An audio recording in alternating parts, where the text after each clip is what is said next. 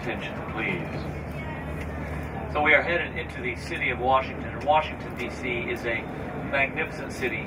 Of the places I've been all around the world, I think Washington, D.C. is one of the most beautiful cities in all of the world.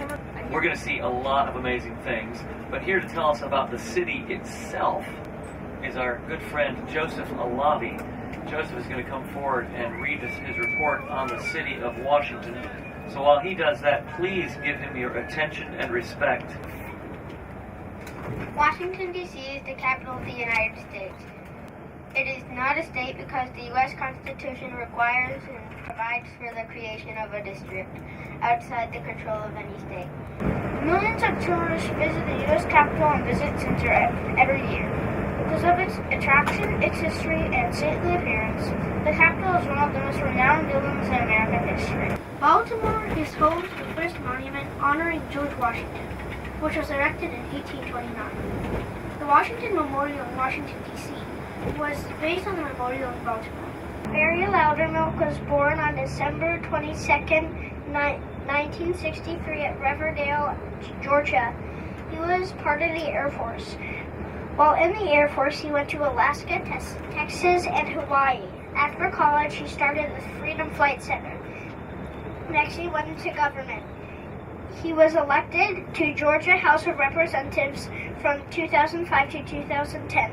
He served the 14th District of Georgia. Then he was a state senator from 2011 to 2013. Guess what?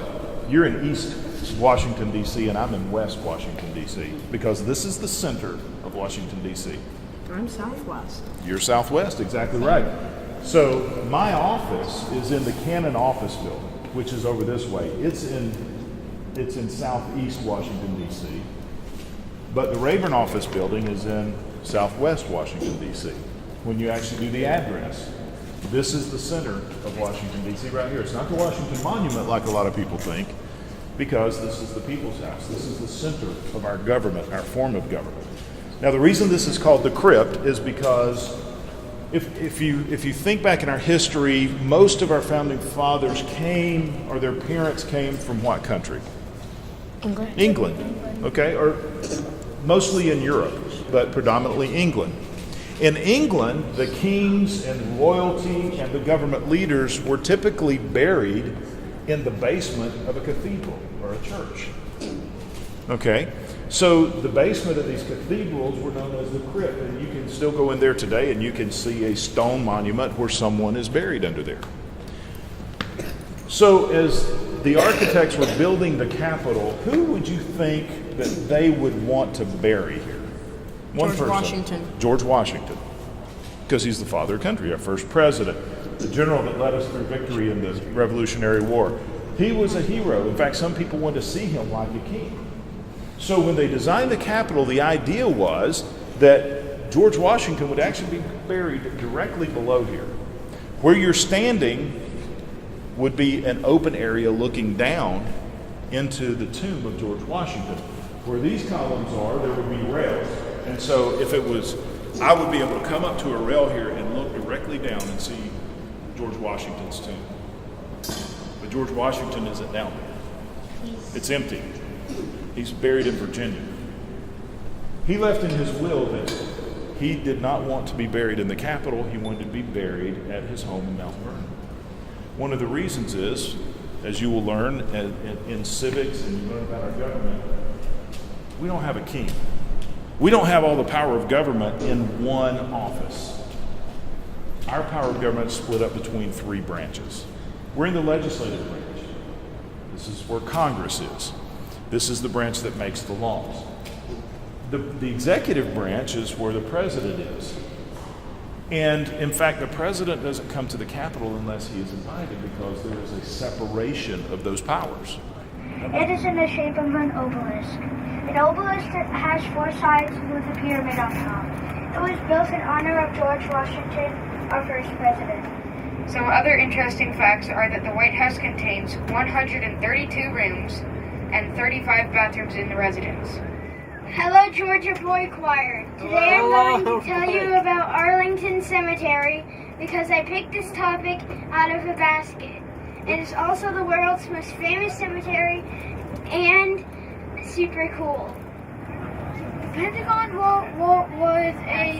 had a total of 17.5 miles of corridors.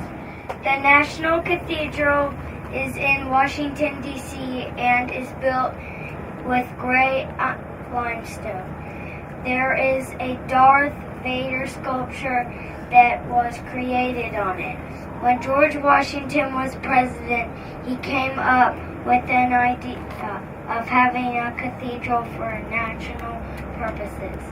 A century later, they began making plans to build the cathedral and declared it would be a Christian church. It took over 80 years to build and was completed in 1990. It has a lot of tops and points on it and glass in it.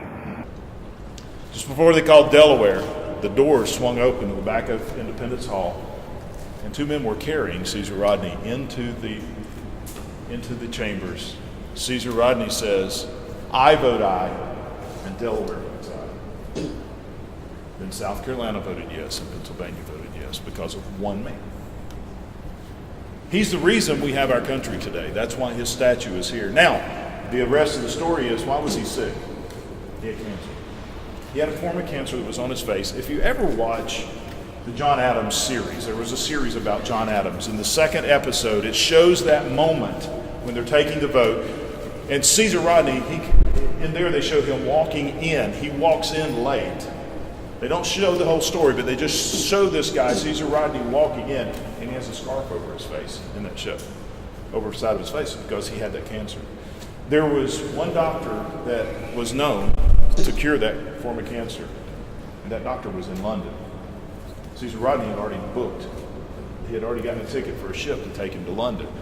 But as soon as he voted yes, guess what? There was no way he could go because he would be arrested and likely be hung as a traitor. So in fact, Caesar Rodney gave his life. In a way, he gave his life for our liberty and freedom.